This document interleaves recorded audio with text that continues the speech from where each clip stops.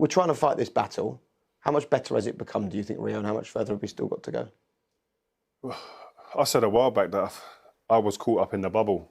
I thought, this country, we're doing so great with the racism situation. And then a couple of situations rear their heads and you realise that it's just been put under the surface, really. It's been put under the table and just left there, really, not dealt with. And I think that the problem is when to situate the awareness, yes, I think we've had great strides with the awareness from different campaigns and the FA have taken a part in that. But I think it's then the reaction to a case when it arises. I still think we're miles away. What needs to be better, do you think? Well, I think the support for individual players. And listen, for instance, Mason Holgate situation with Firmino. I'm not saying Mason Holgate is right or wrong, or Firmino is right or wrong. We'll let the powers that be will decide that. But I think once this case comes out in the open, people that kick it out, show racism and red card, the PFA, they need to be the first ones knocking on these boys' doors for support. Now, I don't believe that's happened directly to these players. Go into them. I've asked a few questions at both the clubs, and these guys haven't had contact from these organisations. So that's where I think that it falls down, because whether you're on the right side of this or the wrong side of this, you need support and help to improve and to rebuild. And that doesn't happen. And we wear T-shirts all of our career, one day a year for Kick It Out. But you're meant to be there when these situations come out and happen. And these are young players. Mason Holgate's a young kid. He's a young kid at Liverpool. They need that support immediately, not after a couple of days. And the problem I have, and we're going to have the guy on the phone in a minute from Kick It Out, is that when this situation happens, a couple of days later, a week later, the FA then go to Mason Holgate and say that they're going to investigate or charge regarding a tweet sent 8 years ago. When he was 15. When he was 15 years old.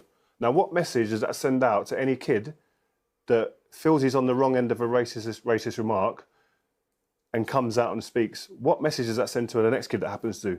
I'm not going to come out and speak because they're going to dig deep into my past and find something out to assassinate my character. That's the message that's sending out. That's the worrying point for me. Who at the FA decided the timing was right to go ahead and come with an investigation like that at that time with Mason Holgate? That's the worrying factor for me, and that's what makes people then go underground and stay underground when these situations arise.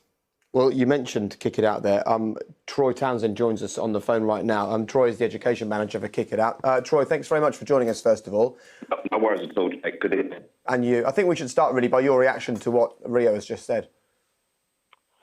Well, there's quite a lot, to be honest. I mean, where to start in terms of I agree implicitly about the situation when a young player or any player has been the subject of abuse.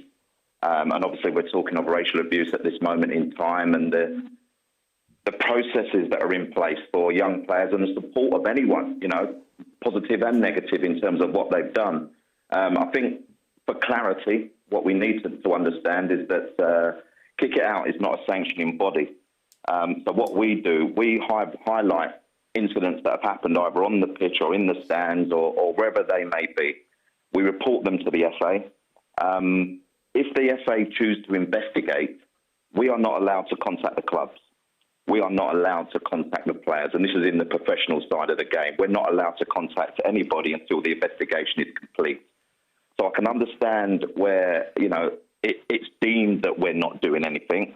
But our initial point is to flag up the incidents and to make the governing body aware. And then, like I said, they have to investigate it. Particularly in the case of Rhian Brewster, I've spent a lot of time at Liverpool. A lot of time, not only supporting Rhian, but delivering educational workshops right across the board through the academy and work closely with the academy staff. And just like Steve said, I'm well aware that Rhian is a very, very emotional young man, and he's a very emotional young man because he's been the victim of racial abuse 4 times in the last 18 months. Personally, I was worried for him. I was worried that the next one that was going to happen to him, what kind of impact it would have. And unfortunately, he's been the victim again. Sorry to cut you, Troy, but if you see that that's happening 4 times in 18 months, this kid's under great stress.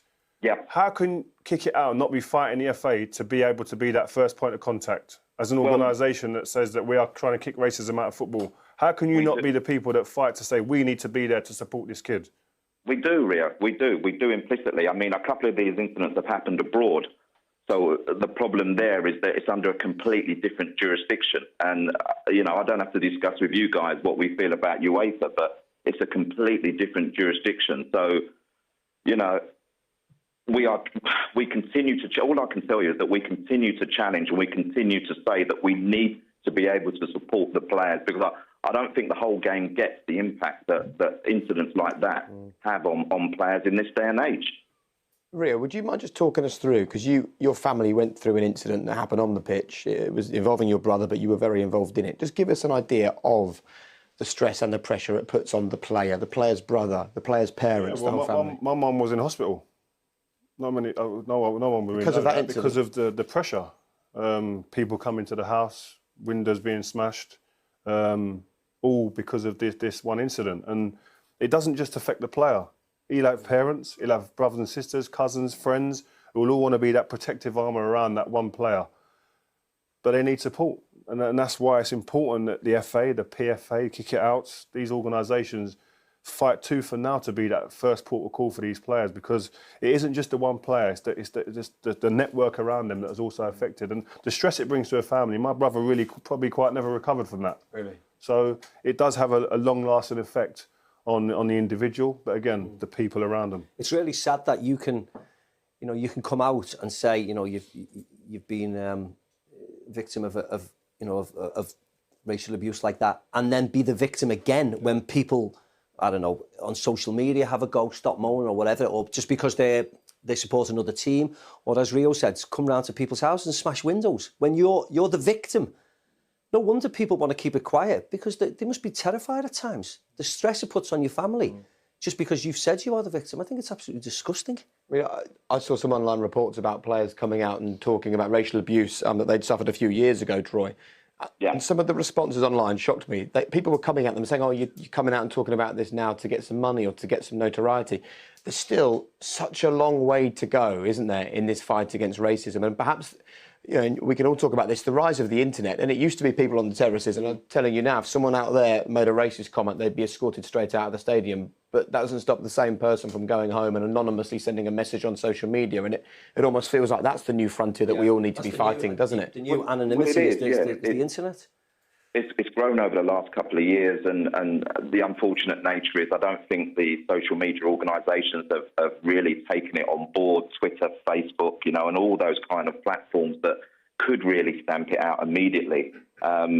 People talk about freedom of speech and allow people just to say what they've got to say, but you know as well as I will, these things are harmful. They're hurting. Rio's right. They don't just impact on the individual. There's a bigger picture here. They impact on those that are close, and no one wants to be able to read stuff like that. But we're working with Twitter and we're working with Facebook now quite intensely to try and change that culture on social media as well. And I can only say that hopefully things are changing slowly, but there has to be a collaborative kind of workforce here to make the game a better place, not just obviously to play in, but as a viewing perspective, and also for people that work in it as well.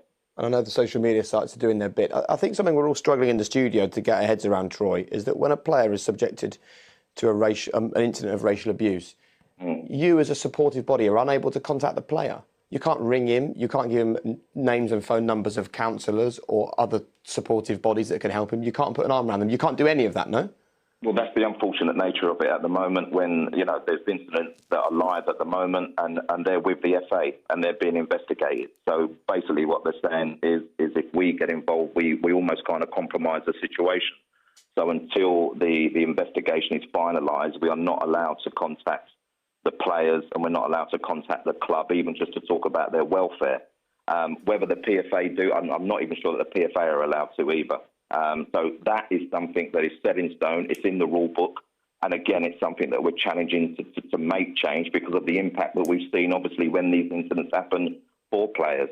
But it's the nature of what happens at the moment in terms of the rules. OK, well, it's certainly something that perhaps needs to be thought about again. Troy, thank you ever so much for your hard work and for joining us on the phone. Thank you.